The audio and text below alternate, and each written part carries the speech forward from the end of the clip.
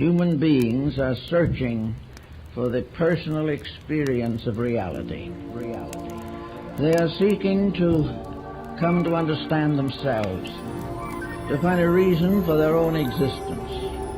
And so you go round and round and round, ever chasing the illusion that there is something outside yourself, outside your here and now, to be attained that will make things better. No guru, no method, no teacher, and no nothing else either.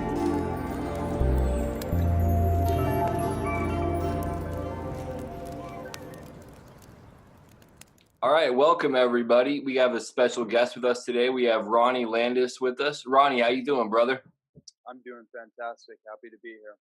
Oh, it's an honor to have you, man. Right out of the gate, this is one of the questions I like to ask everybody that comes on. What are you grateful for?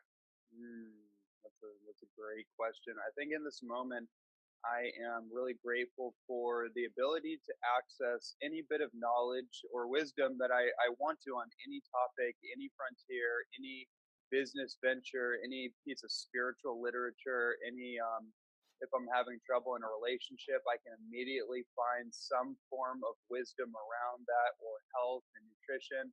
I'm really grateful to have complete access to any bit of information possible. I mean, we live in such an incredible time, and that right there, to answer your question, is the thing in this moment that I'm most grateful for, because before I came onto this podcast with you, I was opening up a book from a great mystic by the name of Walter Russell.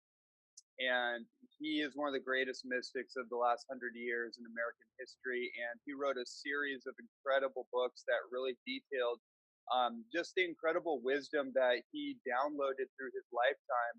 And I was opening up one of his great downloads, about 20 or 30 minutes earlier to this moment right here.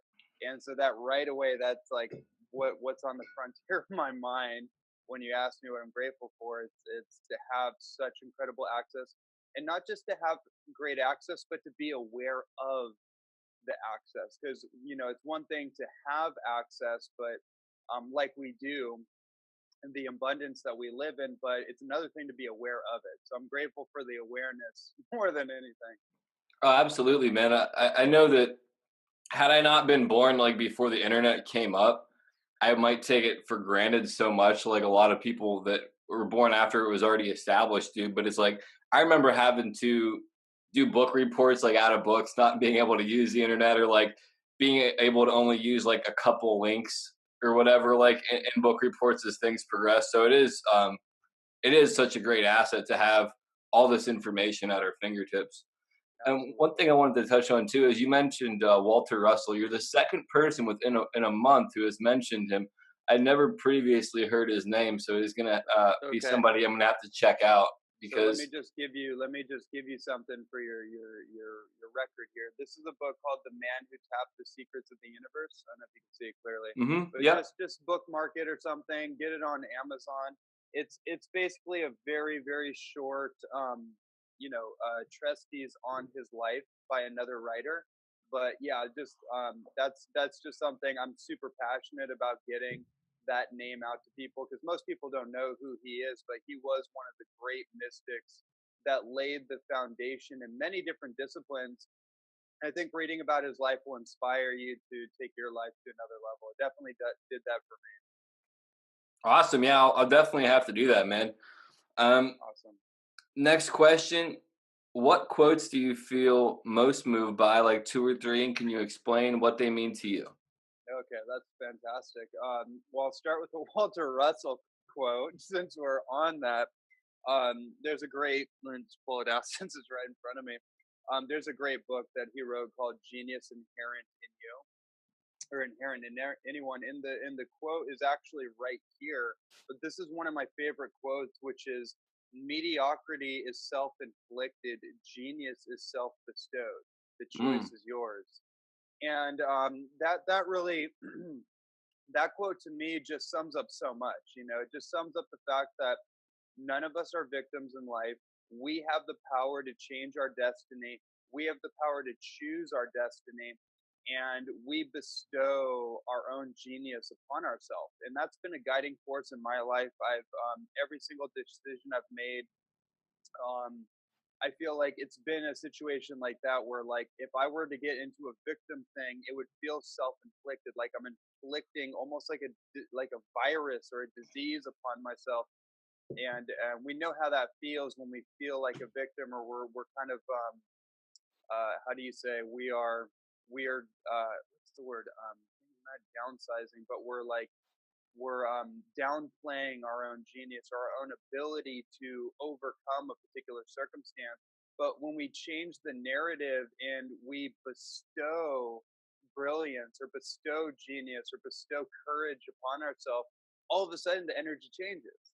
And I just love that quote because it really just points out the fact that you get to choose which direction you go.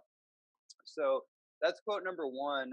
I'd say quote number two comes from the Upanishads, which is the subtle energies of your food become your mind. And the reason I love that quote is because almost 10 years ago, I got started on my nutrition path in terms of my career. You know, most of my work in the world is mostly known for my nutrition and holistic health and alternative healing work and education in that field.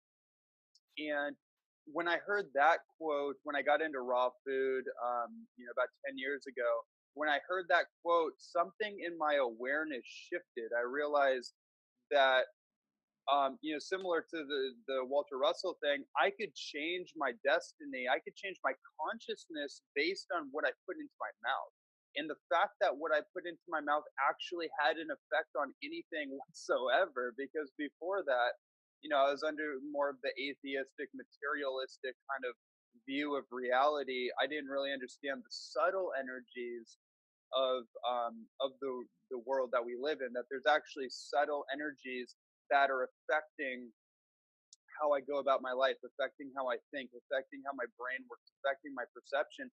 And I definitely didn't understand that the food choices could affect my perception, how I'm viewing the world and how I feel, not just physically, but emotionally and mentally. So that quote, the subtle energies of your food become your mind, is so powerful because that was my experience. My experience was when I changed my nutrition strategy, I changed from processed food into living food. My mind shifted. Things in my consciousness started to shift, and that quote has always stuck with me. And I'd say just throw another one out there. I think the one coming to me is from Bruce Lee, which is if I can tune into the exact quote, I haven't thought about it for a while, but it was essentially, I'm basically paraphrasing, but life has no meaning other than the meaning you give it. That was the quote. So, Bruce Lee was an incredible role model for me, probably, maybe you and so many people, probably in our generation. He was such an incredible masculine role model, even though, 30 years far removed from his time. But that quote right there has special meaning to me because I like this idea. All these quotes are really like, they're self-sovereignty quotes. They are basically saying in some way or another that we bestow meaning upon ourselves. We give meaning to any situation. We give meaning to our life. It's not predetermined. It's not like determinism or survival of the fittest or any of these kind of not so liberating ideologies that have been kind of rusted upon us. But it's actually that we get to choose the meaning of our life. And I can choose the meaning of this situation to be for me or against me. I literally can choose that in this moment, and it shifts everything. So anyways, those are the three quotes that immediately come to my mind. I liked all of those quotes, and it's interesting because they all relatively tie together in some ways too. I know in my personal journey, like I had this victim mentality. I have a history of mental health and substance abuse, and it's like in that state, the things that I would consciously digest were substantially different.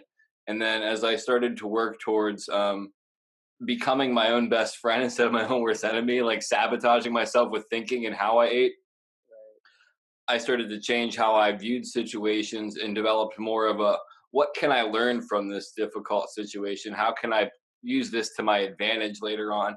And maybe sometimes it's just the ability to share that experience that you had with somebody else to give them insight so they don't have to go through it or suffer as much as you did. Um, and also, like, that changes how I want to eat. Like, I'm not perfect at it. I still sometimes don't eat the best stuff, dude. But like, my diet now compared to what it was when I was in that like self-inflicted misery, in that self-inflicted mediocrity, was Mm-hmm. substantially different, dude. And Yeah. Bruce Lee, like, dude's a genius, man. Be like water is one of my favorite quotes of his, but it's like the Yeah. same.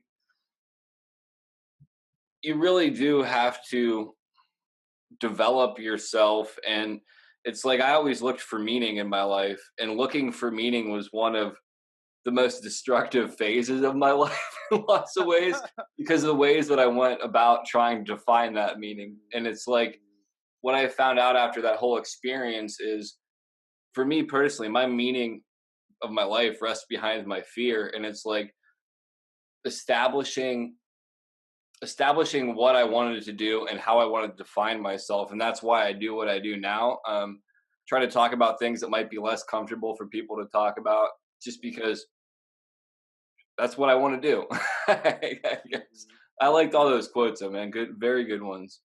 I'm intrigued by Walter Russell even more so now. Awesome. So this next question, I like to ask this because there's no way that I could adequately describe what somebody else does better better than them. So could you explain who you are and what you do? Sure. Well, just to sum that up in a short enough amount of time, the work that I do is really evolved over the last 10 years. I think it's important to give a little context. So I was raised as a martial artist and as an athlete, and since the age of 4, I was enrolled into martial arts. And in fact, Bruce Lee was the first real role model I ever had. There's one of the things I talk about in a lot of interviews is the fact that the first conscious memory I have as a 4-year-old was a movie called Enter the Dragon. Mm. And I remember, I can't tell you how it was set up. It's just something that was impressed upon me and it was imprinted into my consciousness. I can still remember that particular moment. And it's the first conscious memory I have as an incarnate in this life. And I think what ended up happening with me is I got impressed by the archetype of a real life superhero.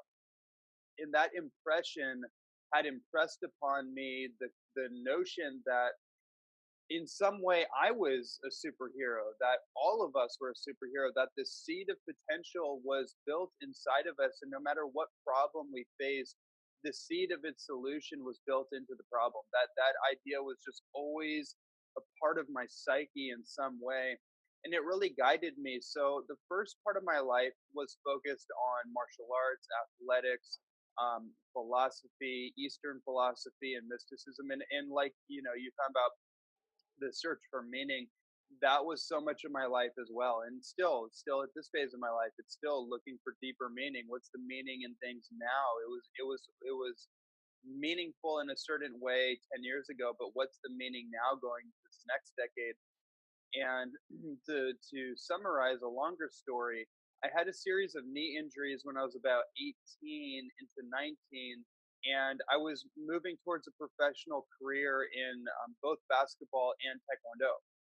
And that's a longer story to really unpack that. But basically, I had a knee injury that led to a knee surgery, which got me, it kind of rerouted things for me, where I started to wake up to the fact that my life was not going to go along the same trajectory that I thought it would, which would be athletics and going down that path. My goal was to go to the 2012 Olympics for Taekwondo, and I couldn't really see past that. I thought, like, I'd probably open up a Taekwondo school and do that, because that's what my teacher did, and that's pretty much kind of like the built path. Um, or something like that. But anyways, I kind of woke up out of that and realized that I needed to focus on my health.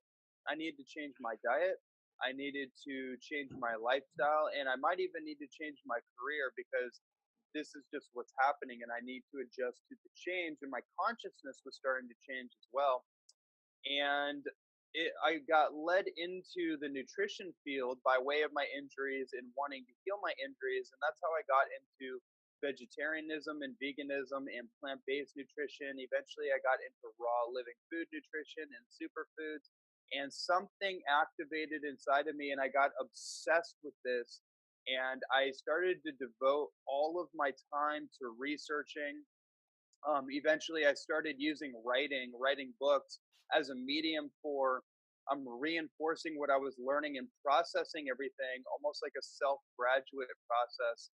And then I got so inspired, I realized, like, this is what I want to do with my life now. This is the new path. This is what's opening up for me. And I want to commit myself to being an orator, being a speaker, being a voice for a message, and a message that I feel needs more voices. So I took that on, and that was about 10 years ago, and it's been an incredible journey. But the work that I do now is really evolved to a place where my core mission is about helping relieve unnecessary human suffering on the planet.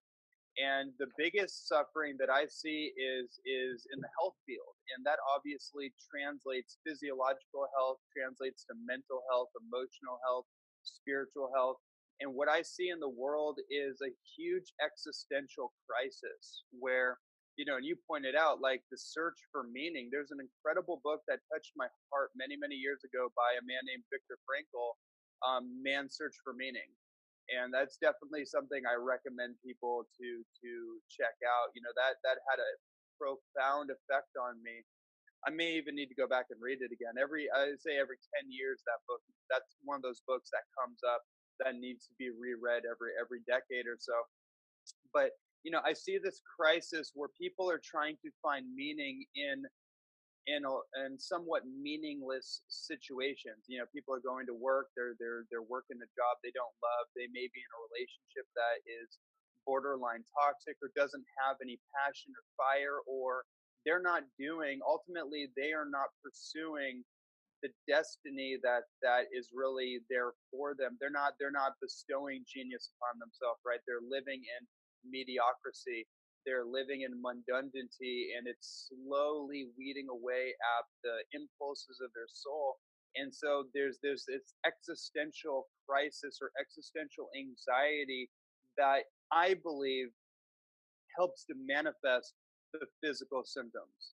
Whether we call that cancer, we call that diabetes, we call that autoimmune conditions, or even like borderline personality distortions, or psychiatric kind of issues.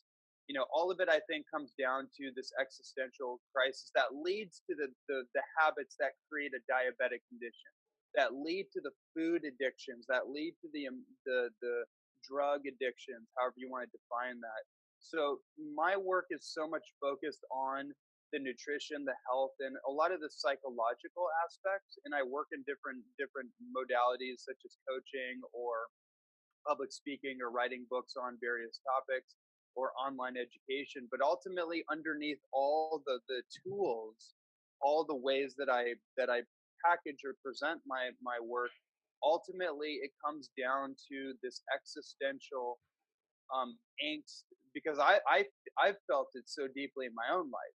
That's what got me to this path right now, is like, wow, like, okay, I love being an athlete, but it doesn't feel like that's of much use now that I'm being kind of awoken to a bigger issue in the world. I feel like my purpose is changing, and my purpose is really to help people find meaning in their life. And before we can really find meaning and like get on our mission, we got to be healthy in our body. We got to feel good in our physical body first. We got to get this thing tuned up, because our body is a vessel. It's like a holy temple.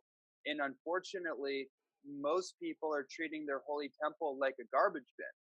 And they're desecrating their holy temple, if you want to think of it along those terms. I started to really think of it theologically. I'm like, wow, this is so crazy. Like, you have people that are so devoted to theology or Christianity or any manner of external religions, and they're so devoted to it, the doctrines or the potential dogma. They go to the brick and mortar buildings to congregate with other people in this fellowship. They do that on Sunday or whatever their particular practice requires. Yet the most important gift that they've been given, which is, I believe, their physical body, which is the real temple, regardless of what you believe in, like this is the temple where consciousness resides. And people are desecrating it every step of the way. And what that told me was, no matter what you believe or what you think you believe in, what you truly believe underneath, or how you really feel, I should say, reflects in how we treat ourselves, how we treat our body. Do we really love ourselves, or are we deferring that lack of self-love or inventory, like actually investigating the deeper questions within ourselves? Are we deferring that to external authorities or external circles or belief systems to not have to look at what's going on underneath? But how we treat ourselves, the practices, the food practices, the exercise or lack thereof, etc., is the true reflection of how we really feel. And that is probably a number of tangentials I kind of went on to answer that question, but I feel like in this moment it was kind of necessary, because it's not as straightforward to say, like, okay, I'm Ronnie Landis, I do this, I do this, I do this. There's a deeper thing that I'm tuning into right now, and I think it's the one thing that we all have in common is we're all seeking existential meaning for why we're here on this planet, and what can we do to be of service, but not in sense of sacrificial service, like how can I sacrifice what I want. I really do believe that what we're here to do is also part and parcel to what we want to do, I guess, is what I'm trying to say. And that's one part of the work too, is once we get our nutrition dialed in, and we know what works for us, and we feel good in our body, we feel good mentally, we're in a place of emotional health, then we can get to a place of self-serving service, where how we serve is also serving us. Mm-hmm. And it works in this feedback loop, right? How we give is also how we receive. No, that's awesome, man. There's so much in there. First thing I want to touch on is it's interesting how a lot of the people that kind of find their purpose have crisis and then find purpose afterwards. Because I noticed that in your story, and having talked to a lot of people, that's almost always the way that it is. I don't know if I'm sure you've probably recognized that too, man. Big time. And then the other thing that really hit home is how you're talking about, before you get ready to like go on your journey further, you really have to get your health dialed in. And it's like, I've really been doing a lot of inventory. Like I celebrated 17 months free of minor mood altering substances. I was able to come off mental health medications for my conditions, which by all rights I should still be on, because that's what Western medicine tells everybody. You can't get better without them. And it's like moving forward to this next level created all this other stress for me. And I kind of reverted back to some negative habits like smoking cigarettes and stuff like that. Yeah. And I'm getting back on removing that. And it's funny because the gentleman who sponsors me in the 12-step fellowship that I'm in pretty much told me, dude, like, this is binding you up on your path. In order to move forward, you have to get rid of that, because you've already done this. You've already had this lesson. Like, why are you back here?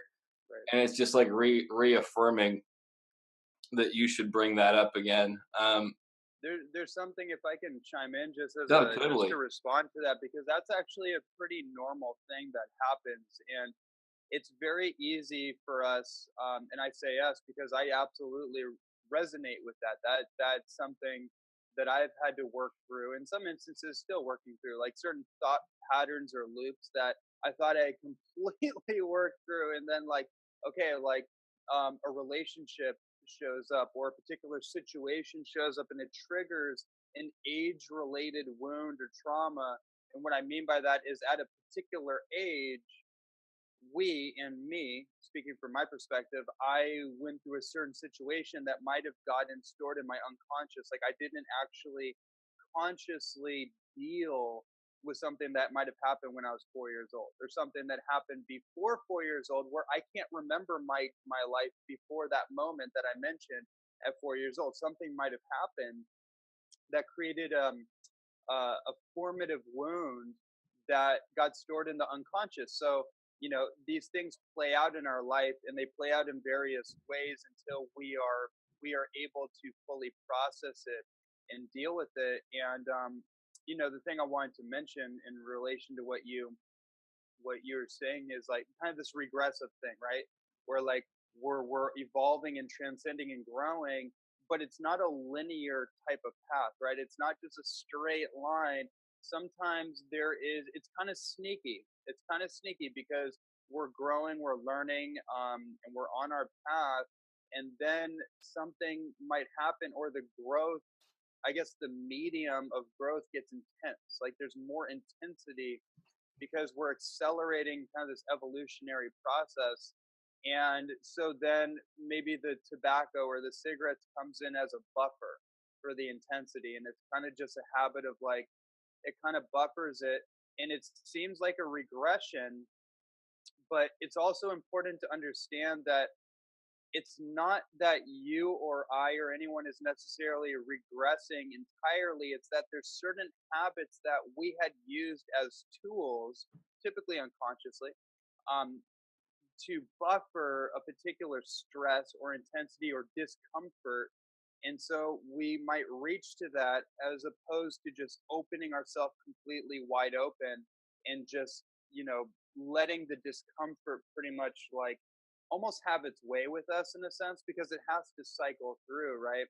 Mm-hmm. And so I don't know if you're familiar with Ken Wilber.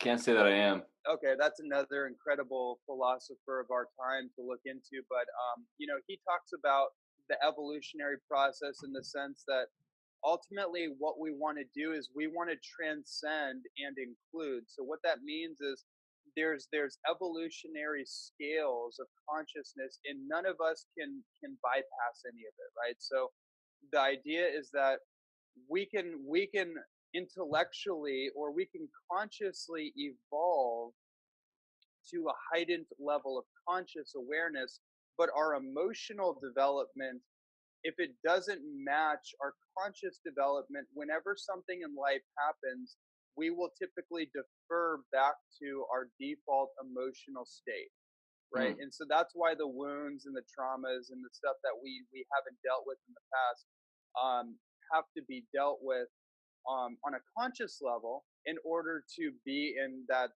balance point. Otherwise, we're going to have this push and pull. We're going to have this like acceleration, deacceleration, yo-yo effect. Does that make sense? No, absolutely. Yeah, the work's never done, and you kind of gotta like consciously work on maintaining stuff until it gets stored in like the subconscious, essentially. Like keep working on it is what I get from that. And making mistakes is necessary, and sometimes it's like just what you need to get you through the situation. That's kind of what I felt like too. And it's like, and it's messy. It's absolutely actually coming to terms with the fact that this is actually going to be messy. Like we're mess making beings. Like human beings are mess makers, but the thing is, can we clean up our mess, right? Absolutely. Yeah. Healing and spirituality is probably one of the messiest things I've done. I mean, granted, when I was partying, it was kind of messy. This is a completely different type of messy though, for sure. Right. I don't know if this is cool with you, but I'm going to ask you. I do tarot card readings, and I just wanted to pull up the tarot card that I pulled for today because I feel like it kind of is relative to what we're talking about. Absolutely. I'll just go through it super quick. It is the Seven of Wands. It's the element of fire, and it means instinct, travel, communication, or wands do rather. Hold on one second. Wands, fire, I desire the soul. Sevens, potential and ambition. Key meaning, courage, effort, and challenges. And this is just a brief description. The Seven of Wands reveals obstacles in your path, but you will keep going and overcome them. Success is in reach. The card is particularly relevant to work and career matters and highlights all negotiations. Regardless of how difficult the conversation becomes, there's a need to keep talking and stay in conversation until you are satisfied with the outcome. Until you're satisfied with the outcome, you will need to stand tall, and by being very clear in your position, you can win. There's a noble aspect too about this card, and it often comes up in a reading to show you may be defending others, not just your own interest. In this sense, the Seven of Wands is a card of the advocate. You may find you need to stand up for those who are not able to speak for themselves.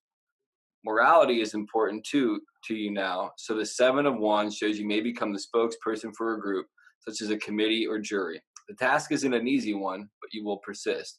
In relationships, there are hurdles, and you may need to fight for love. This can only be temporary, however, so by all means, stand up for your relationship in the short term, provided you are sure your partner will return the loyalty. So, I don't know, that is kind of all like flowed into what we were talking about. Yeah. Let me, dude, there's like so much in what you said that I wanted to touch on, but for brevity's sake, I have to move forward. Maybe if you're willing, sometime you can come on again. Sure. Did you feel like you were different than others as a kid? Oh, absolutely. Absolutely.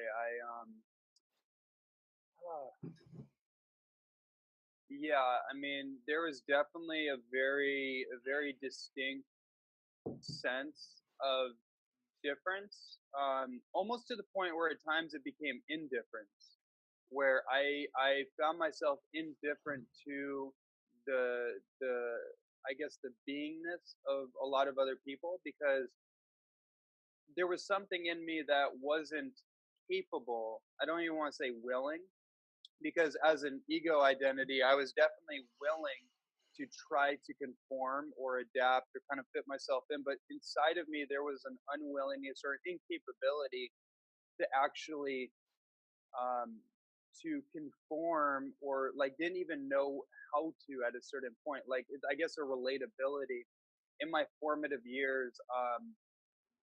There was a sense of direction and navigation that I was going through, but it was a very lonely path. I grew up as a only child. I only had really my mom and my grandmother in my life as the parental figures. My father was somewhere I didn't even know what having a father was, because I never had one. So when you're not, it was like, I think I was 11 years old when I saw one of my friends getting picked up from school by his father, and something clicked. I was like, oh, wait a minute. That's what I asked my mom, like, hey, what's going on here?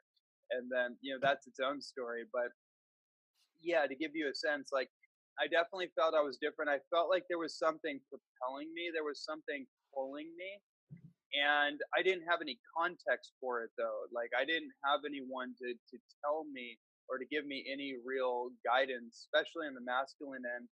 So there was a lot of confusion emotionally going on, but I just kind of, I kind of went through it, and thank God for martial arts and athletics that gave me some kind of grounding and structure to utilize my energy in a way that I also felt like I could relate to other people, because being on a team sport or being around other people that are doing the same thing kind of gave me a grounding in relative reality with other people. Because other than that, I didn't really feel, I felt completely like an alien at times, and I'm trying to like fit in and feeling awkward, telling jokes that really weren't funny looking back, that somewhat mean or like abrasive, but, but kind of doing awkward things until I actually figured out who I was as a healthy ego identity. When I really kind of went 15, 16 years old, I kind of actually started to like get grounded, like, okay, this is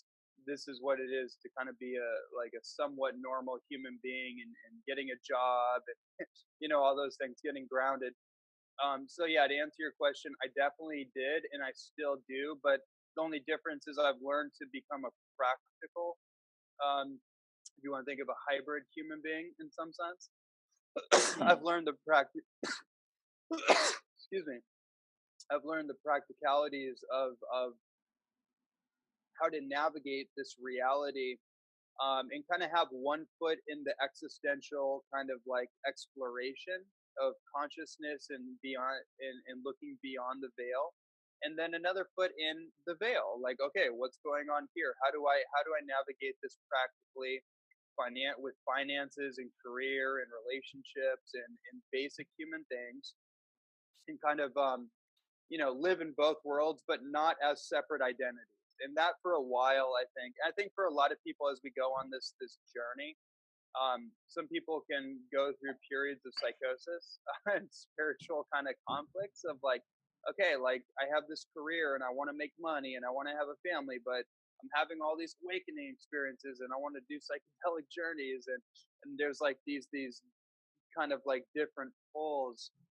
And I think I see where a lot of that comes from, just thinking about your question, because I think ultimately anyone that listens to a podcast like this, or any of the guests that you have on, and certainly yourself, because otherwise you wouldn't ask such a question, I think we all feel a little different in terms of what we've been presented as quote unquote normal.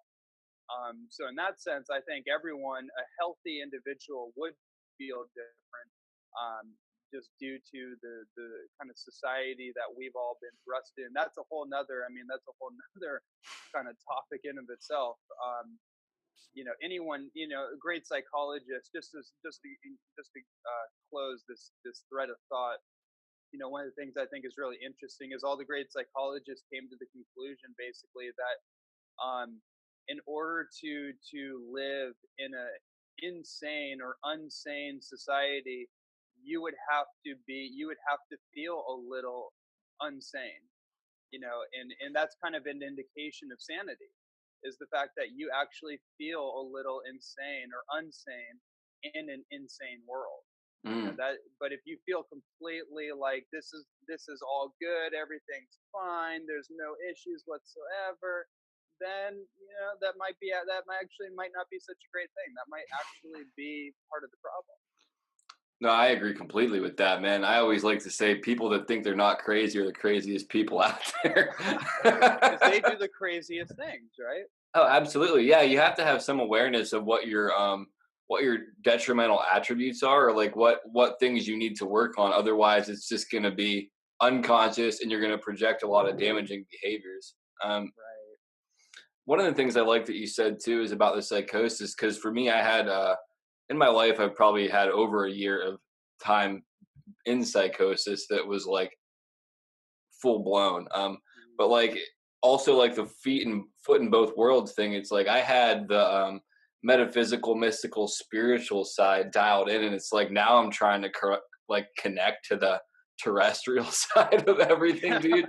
And it's like super interesting to me, like what reality's so trippy after like I've been out there for so long. I'm like, so this is what people were doing when I was like getting high and like all this is really cool, man. It's an interesting experience to kind of bring that knowledge back and then apply it in like a real world setting, and like actually understand some of the stuff that I gained through psychosis or psychedelic trips, like when I used to do those kind of drugs, and realize how it actually applies to the real world. I'm like, dude, I learned this back then and I didn't know what the hell it actually meant, but now it makes sense. I don't know. It's just weird, dude.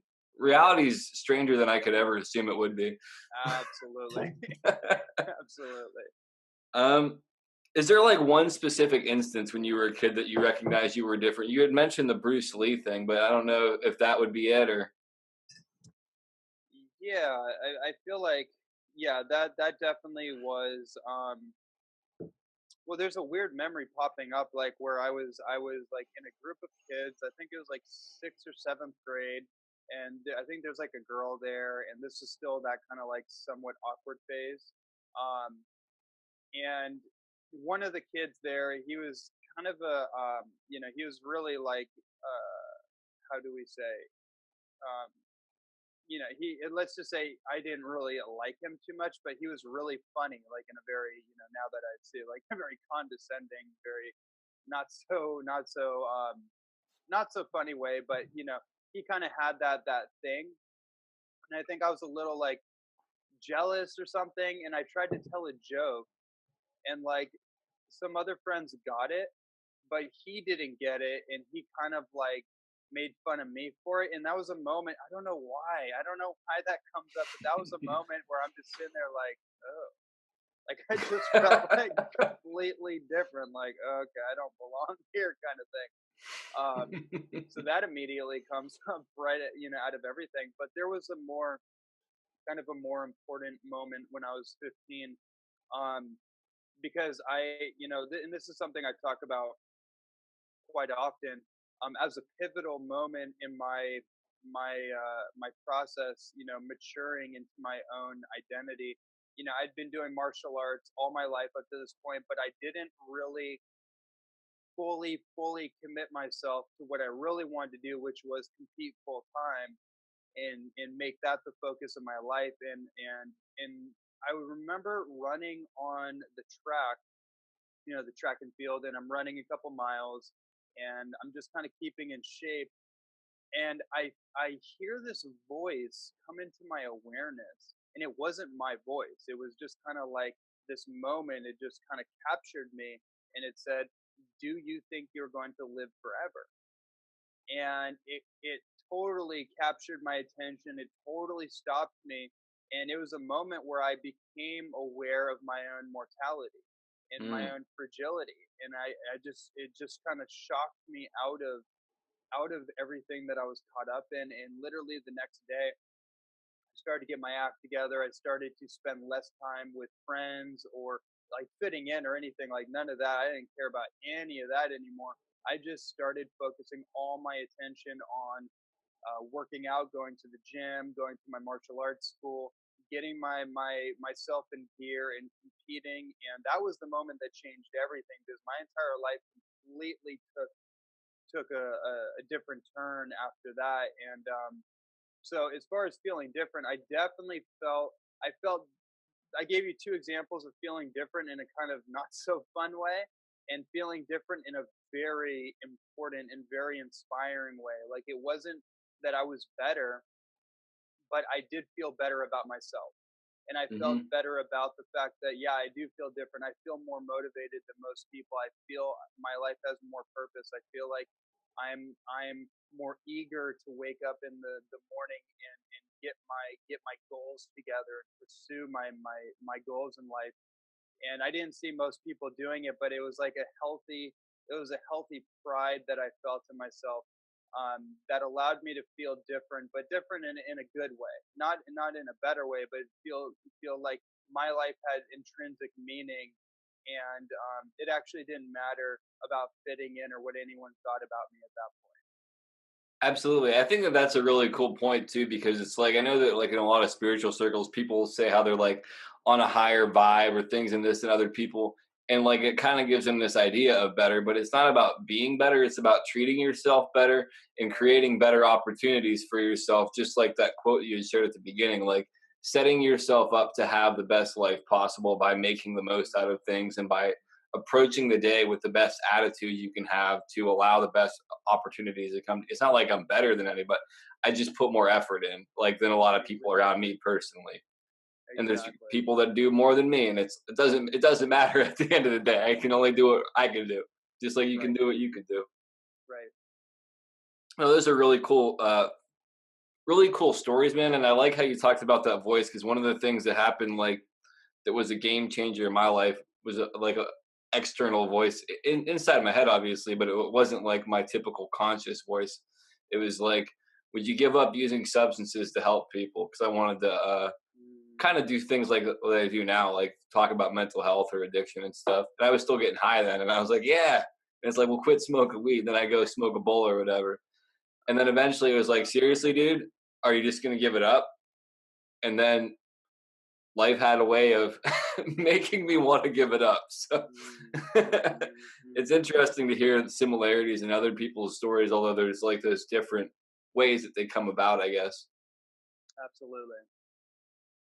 Um, I kind of feel like you hit on this one too, but I'll leave the door open to see if there's any other ones. Do you have any odd experiences you are willing to discuss? I mean, I got a whole bunch of them. I mean, my life has been a whole synchronistic collage of odd, weird experiences. But that's kind of the thing when you take the hero's journey, because what we consider odd or abnormal and even paranormal in some cases is part of the normality of the greater experience of life. But the thing is, you got to take the box off in order to have synchronistic experiences as a norm, right? And the abnormal to become more normal. I think like what happens is we kind of get used to this box and defined reality and this routine, and basically deferring our I guess our inner authority to external authority, and then we have our life kind of packaged for us, and that creates very little wiggle room for God to creep in, so to speak. There's another great book called How God Winks at You. It's basically about synchronicity and coincidence being the way that the source or the universe, God, whatever, spirit basically guides us along the way.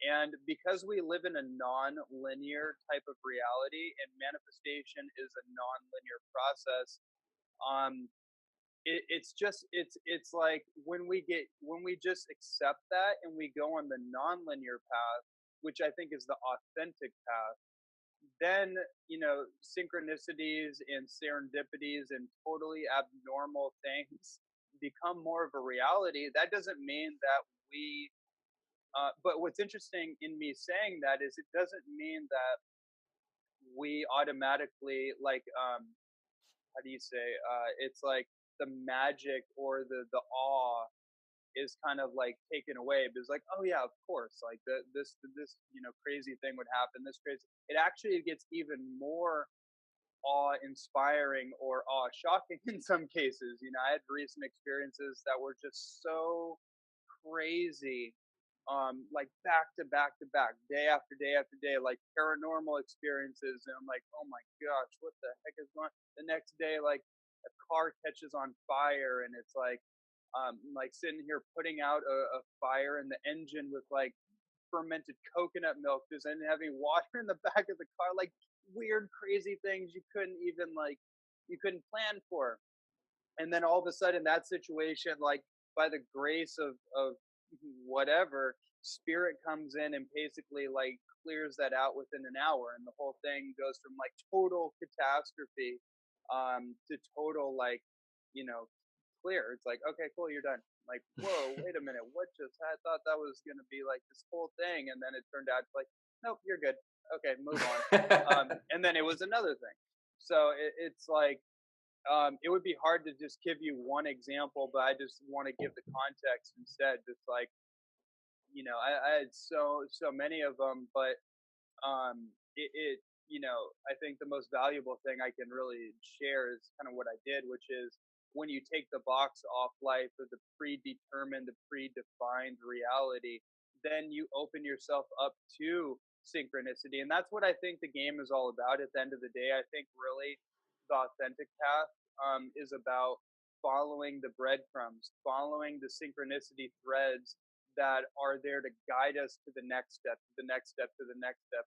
And it takes a tremendous willingness and trust in the unknown, and the unknown being the thing that is most trustworthy, opposed to this external, whatever, it's a paycheck or it's a relationship or it's a particular group of people that we're familiar with, that being the thing that we can trust. But that may not be the most trustworthy thing. That may not be the thing that we can actually put our full trust in, because if it's not authentic, if it's not real in the substance sense, if it doesn't have our best interest in mind from a soul perspective, then maybe it's not really trustworthy, and maybe there's a possibility that those things that we're putting our trust in, our comfort and our familiarity in, could fall apart at any moment. And then we'd be back in this place of like, okay, well, now I have nothing left to hold on to. So it's like, what if we actually chose to take the box off at whatever pace we can, and we start following that creative instinct, and we start actually entertaining synchronicity, and that becomes like, we start following it out, that actually becomes the norm, and then magic actually starts to become the normal. um yeah, yeah, and there's obviously, we can keep going down that rabbit hole and that thread of thought, but that felt like the most relevant thing to say, because I could keep, I mean, there's so many different stories, but to me, underneath why the stories happen is because I'm constantly following the impulses of my spirit. Mm. I'm constantly following what feels true for me, what feels right. Doesn't mean it's easy, and it doesn't mean it's always clear. And sometimes, like we were saying before, it's a messy process because people's feelings get hurt, because expectations get broken, and we're changing all the time, and our self identity is going through a constant reinvention process. So lots of things have to be dropped to the wayside that we held on before, and sometimes we're going to break other people's expectations, or we're going to break our own expectations, because we're this ever changing being. And yeah, I just wanted to point that out, for people on the path, like, you know um it's an interesting process, but it's part of the magic of life, because last thing I'll conclude this train of thought on too. It's just interesting how I was coming up from that question, but this idea of a miracle.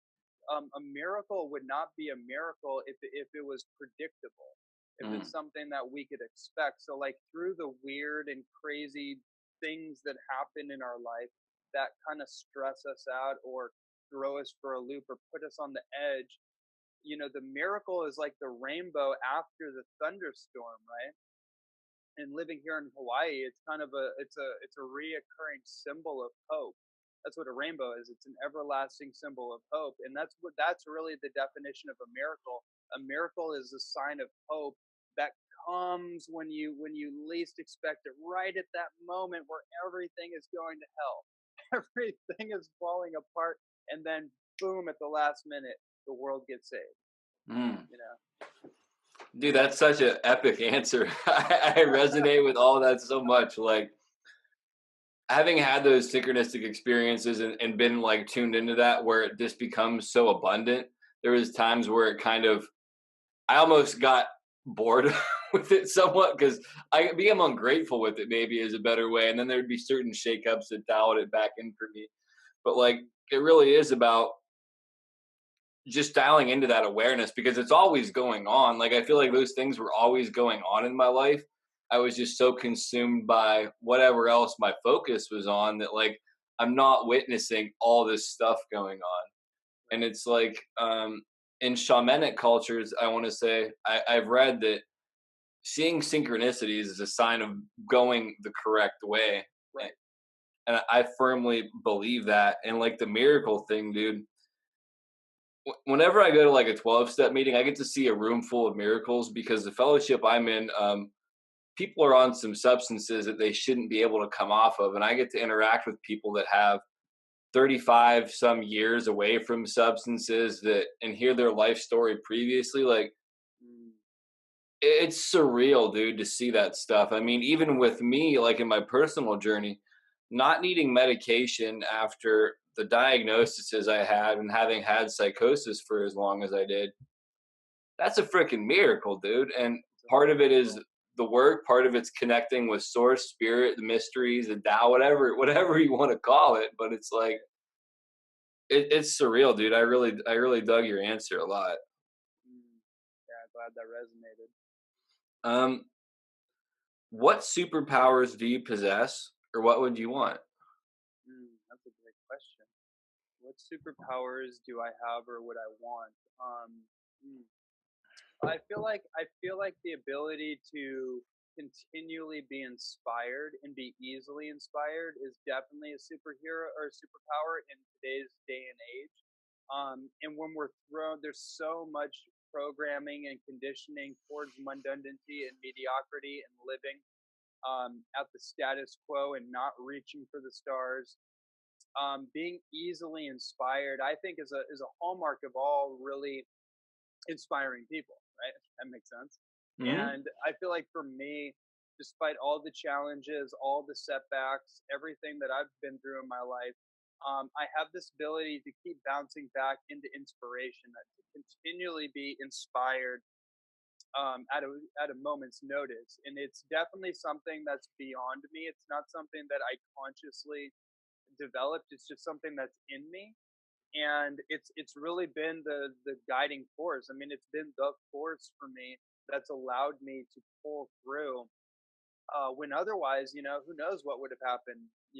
Not just quitting, but there's times in my life where if I didn't have that ability, if I didn't have that emotional stability, I could have ended up like with so many people. Like I could have gotten on drugs. Like I was around it. It was certainly around me quite often. A lot of the people I grew up with did not I know for sure they did not have that ability, or they didn't tap into that inspiration, and so there was nothing inspiring them to put down the pipe, to put down the alcohol. Like that was the most, I guess, exciting thing going for them. So they didn't do it, but why did I? Why did I move away from all that, and why did it happen so dramatically?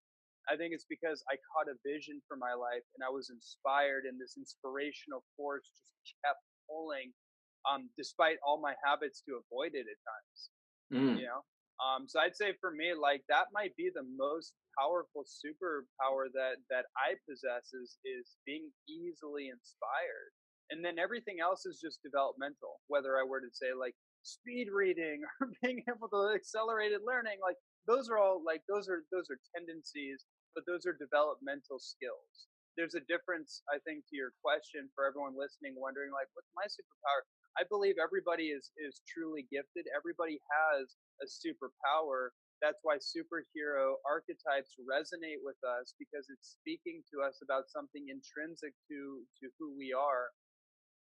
I think when you're asking yourself this question, it's something. The distinction is developmental skills versus intrinsic abilities. An intrinsic ability is something that is gifted within you. It's something that you have. It's a part of you. It's not something that you have to reach outside of yourself. Yeah, you have to develop it and to heighten it for sure. You have to work at it, but it's something you possess. Some people are gifted artists. Some people are gifted singers. Some people are gifted psychically. They can just see visions, or they're clairvoyant or clairaudient or something. They just have a particular gift that was not developed outside of them, right? And then there's things like there's gifted athletes, right, that just have that gift, and then there's other athletes that have to develop it, and it's not gifted, but they can still become great in their own way, their own expression, right? So that's kind of the distinction I make there. But I would say, like, yeah, that's probably, I think, more than anything, that's probably my superpower, is being easily inspired by life. Mm. That's a hell of a good one, man. Well, some of my, like, one of the questions I asked later on is like, who inspired you? My favorite answer is when people like say all these people that are right in their circle, dude. Because I'm like, that is awesome, because you're never gonna lack on inspiration when you're inspired by all these little things. Like that's Right, so crucial. And the other thing I like that you said is how you touched on you like have these intrinsic gifts, but you still have to develop them. Because I notice in like a lot of spiritual circles, people will be like, "Oh, I'm an empath, and this means that this, and this," and I'm like, "No, that means you have this gift, but you have to develop it to not be swayed by what everybody else is feeling." right, right. Yeah, and yeah, you can't be like spiritually lazy. Right? Like you got to, like, do you know Dr. Eben Alexander? I don't. He wrote the book Proof of Heaven. He would be an amazing guest. Like he's been on my podcast a couple times. Really incredible conversations. And you can look into his story. One of the most incredible spiritual awakening stories I've ever heard. But he basically said, you got to put your skin in the game. Like, and I asked him a similar question in terms of like, what's the whole purpose of all this, and like, because he's gone to the other side. He's experienced the other side. That's where his whole book, Proof of Heaven, came from. And then he came back. And I was asking him about it, like, there's all these people that are kind of ungrounded spiritually, or have or kind of in esotericism land, but not really in the kind of practical world.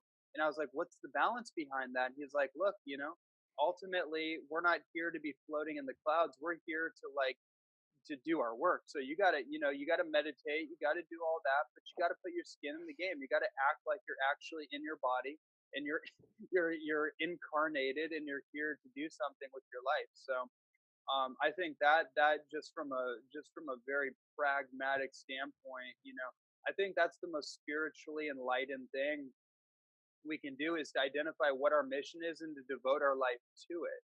And that means developing ourselves, developing our mind, developing our curiosity, and developing ourself as a holistic human being. And that takes work. This is spiritual lifting. Like, this is probably the hardest work we can do, but nonetheless, it is still work. Maybe it's for some people it's discipline instead of discipline. I know I like that. like to say that kind of thing, and that's fine. And there's gonna be times where, you know what, I don't want to do this. This sucks, but I got to do it anyways, because this is part of my turning my discipline into blissipline. It's got to start with discipline. I got to discipline my disappointment. I got to discipline my habits. I got to discipline my mind. I got to discipline my actions, because if I don't set out the trajectory and set out a plan and a routine for my life, I'm going to get swayed by anything, any blowing wind that comes my way. I'm going to be swayed. And that to me isn't enlightened. That's not spiritually enlightened, to just kind of go with the flow, so to speak. You got to go with the flow, but you got to be able to direct the flow based on having some kind of direction in your life. And that takes work. Yeah, absolutely. And that's one of the things. Alan Watts has a quote where he talks about, like, you have to be able to be in the stream and direct where you want to go, so you can hit that bank or the other bank. And it's like, that's what you were kind of talking about, dude. And I like how you said blissipline. Like, that's such a great term. And it's funny because I had this like good state of blissipline where, like, I was getting up every day doing my Tai Chi, yoga, meditating. It was going really, really well. Then I hit this hiccup, and it's like, it became like, oh, I can let this slide. I can let this slide. And then life came back to me super quick, dude. All these old habits came up again. And had I been able to maintain that discipline in the moment, I wouldn't have gone on that tangent. But at the same time, the lesson that's there is, I need to do the work when I don't want to do it more than what I want to do. Right. Exactly. That so good. So spot on. I mean, and mentioning, I remember what you were talking about earlier about like the cigarettes and tobacco coming up. That's essentially pointing out our incongruencies. And it's not the habit it's not like, oh, I'm inauthentic. It means that I'm creating a lot of space for an old habit to get filled, because I haven't integrated the upgraded habit, right? So it's like, we have to actually fill our space, because life doesn't like a vacuum, so to speak, and it's like, we actually have to fill our space with activities and habits of our own choosing. Otherwise, the old self is going to come back up, and it's going to try to take over, because it's like, that's the game we're playing that's the psychological game we're playing. Like, I don't know why it is that way, but it just seems to be that case. Like, if we don't take full command of our faculties and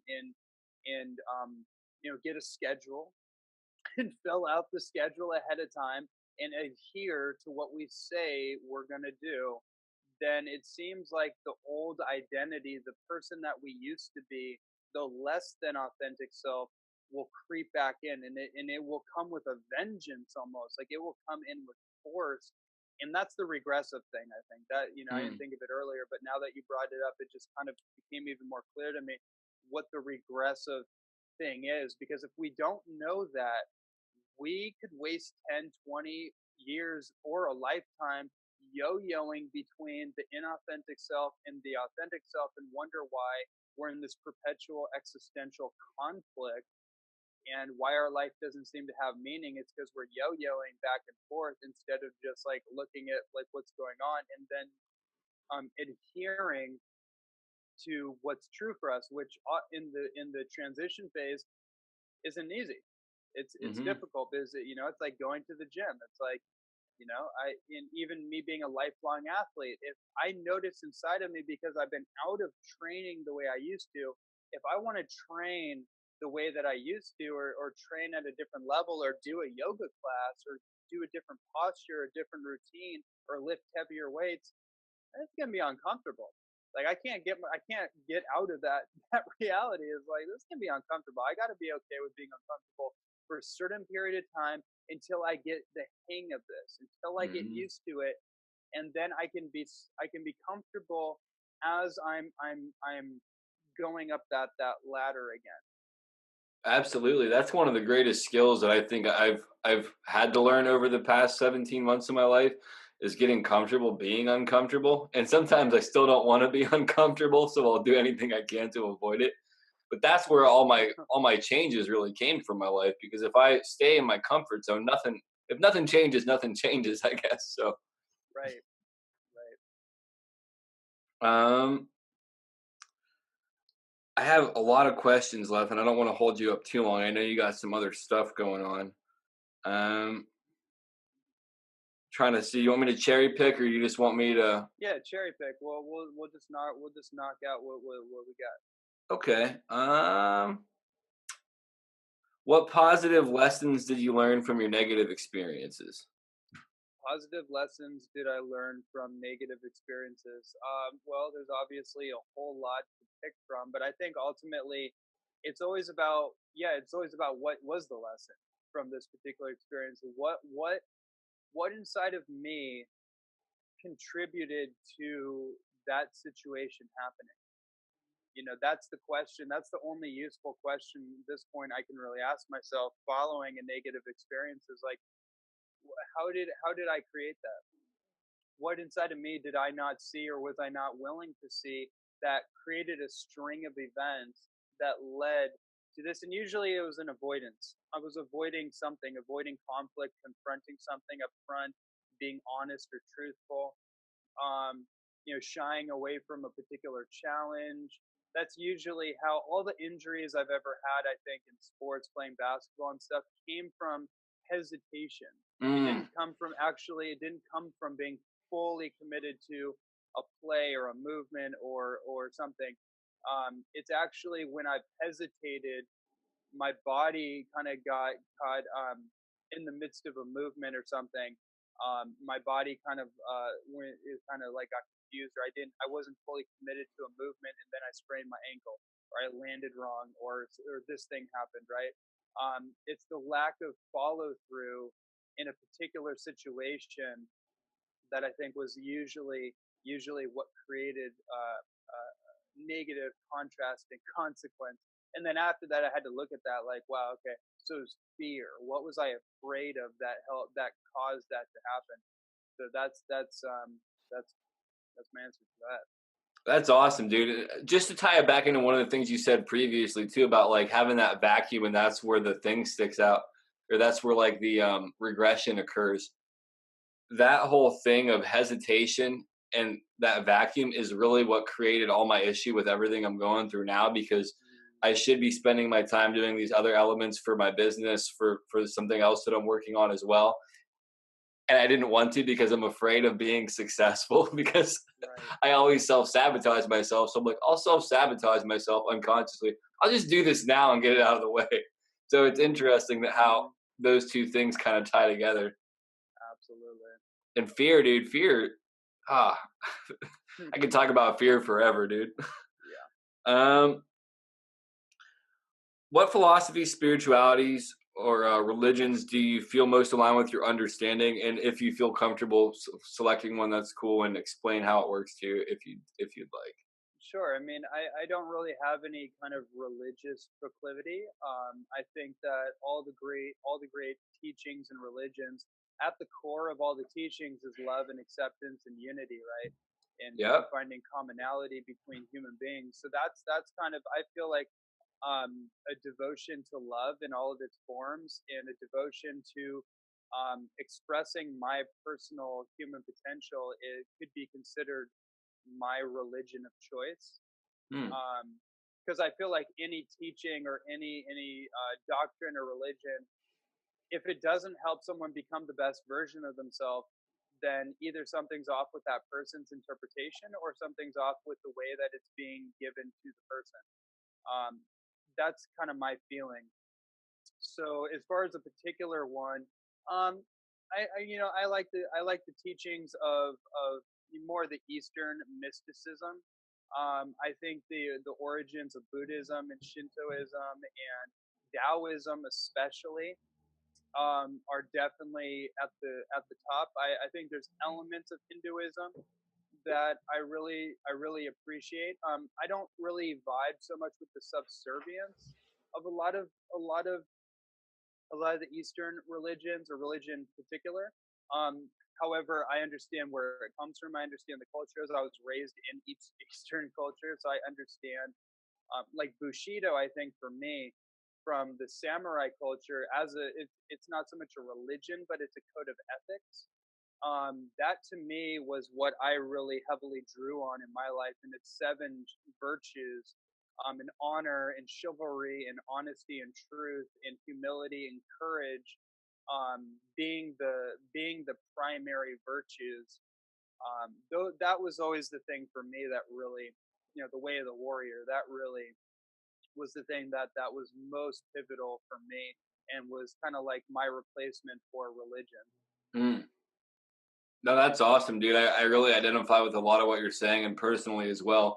Eastern philosophy or spirituality that's really what gets me in lots of ways, just because I identify with it.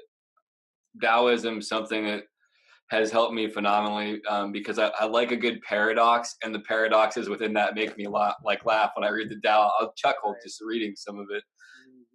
Mm-hmm. What do you perceive as your life's purpose? Yeah, well, I feel like my life's purpose is about helping relieve unnecessary human suffering on the planet. And I feel like all suffering on the planet is a derivation of human suffering. When humans are suffering, they cause suffering on the planet. When humans are in harmony, they contribute to more harmony. So in the context, I think for me too, the context of that is about helping people expand their human potential, to experience and to create the willingness inside of them to explore the unlimited fringes of their human potential of bodily health and performance, mental acuity, enthusiasm, emotional stability, emotional intelligence, spiritual sobriety and clarity, and helping other people actually get in tune with what their mission is. So in a sense, my mission is to help other people get onto their mission so they can be the healthiest, most vibrant, happiest, most harmonious version of themselves. And I think when somebody is on their mission, that is the healthiest thing they can do for themselves, because now they have something to shoot for, and all the habits in their life will start to conform in service of the mission. So they'll naturally start to eat healthier. They'll naturally start to think differently. They'll naturally start to feel different feelings, and they'll get their stuff together, so to speak, because they have something propelling their life forward. So that, I think, that's my mission. That's an epic mission, man. We have similar missions in many ways. It's kind of like you're a doorman to the path. You can't open the door for anybody. They have to open it themselves and identify their own things. I'm going to have to go back through and really digest a lot of this, because it's like, I'm hearing it, man, but this is an epic interview, bro. Like, thank you so much. My pleasure. If you had to describe your personal philosophy or condense your life experience into a few words, what would it be? Like 2 or 3 words, if possible. My life experience in 2 or 3 words. Yeah. Relentlessly persistent and optimistic. Oh, wow. Relentless, persistent optimism. Dude, that is awesome, bro. I have this one saying where I talk about incremental persistent incrementalism, just chipping away at things bit by bit being the key for everything, dude. Relentless, persistent optimism. That's fire, bro. That should be like your next book title or something, man. Maybe it will. I'll write that down. So just a couple more questions for you. Who inspires you? Potentially anybody. I mean, potentially anybody inspires me. It's that easily inspired thing because it's about tapping into the inspiring qualities in other people. So Hmm. when somebody does the right thing, so to speak, when somebody makes an honorable decision, when somebody goes, when my clients work through something very challenging and they make a courageous decision instead of a cowardice decision, whatever that decision is, doesn't matter. It's the fact that somebody is overcoming a self limitation. That's inspiring to me. I mean, I could definitely say people like Muhammad Ali and Nelson Mandela and Martin Luther King and Bruce Lee um, and so many others. Like all those individuals are incredibly inspiring to me. But just the basic man and woman who just lives their life honorably and does the best they can and abides by some virtues of honor and integrity and being humble and being kind, like that's extremely inspiring to me because it's just that's what we all want. That's what we all want to see in the world is more of that. So the more I see that, the more I'm inspired by it. Mm. A very beautiful answer, man. So will you throw out your links to your podcast or just like Sure. mention your podcast and all that stuff? Sure. Yeah. So my podcast is the Holistic Human Optimization Show. And I have another podcast it's still developing, but there are about 10 episodes available called the Evolved Entrepreneur Podcast, and that's obviously focused on entrepreneurialism, but from a conscious coaching and evolved entrepreneurship. So people can check that out. But my main podcast is the Holistic Human Optimization Show. And all my information can be found at www.ronnielandis.net. I have tons of free content, tons of other podcasts I've been on, interviews, whatever you want to find of me, you can basically find it on that website. I have a YouTube channel, Facebook, Instagram, all that good stuff. So pretty easy to find. Awesome. Thanks, man. I'll definitely put the link in the description below too, so people can just get to it super easy. And then this is really the last thing. I've asked my previous guests to end the show in their own fashion. You don't have to, but you're allowed to have the last word. Cool. The last word. Yeah, I mean, just summing all this up, I think whatever you're going through in your life and whatever your goals are, whatever your path and your purpose is, as simple as it sounds, you just got to stick with it. You got to stick with it because the truth will prevail, and the truth of what your life is all about, although it may not seem clear right away, is an unfolding possibility. You are in your current form an ever unfolding possibility, and you're ever emerging into your perfected state. As the teachings of alchemy teach us, you're ever unfolding, you're ever transforming, you're ever transmuting. And so the process is never really done. But to enjoy the process, to enjoy the journey is what it's all about. So my last word is I really hope that you enjoyed this conversation and it was of value to you and that you continue to enjoy the journey and become more easily inspired by it.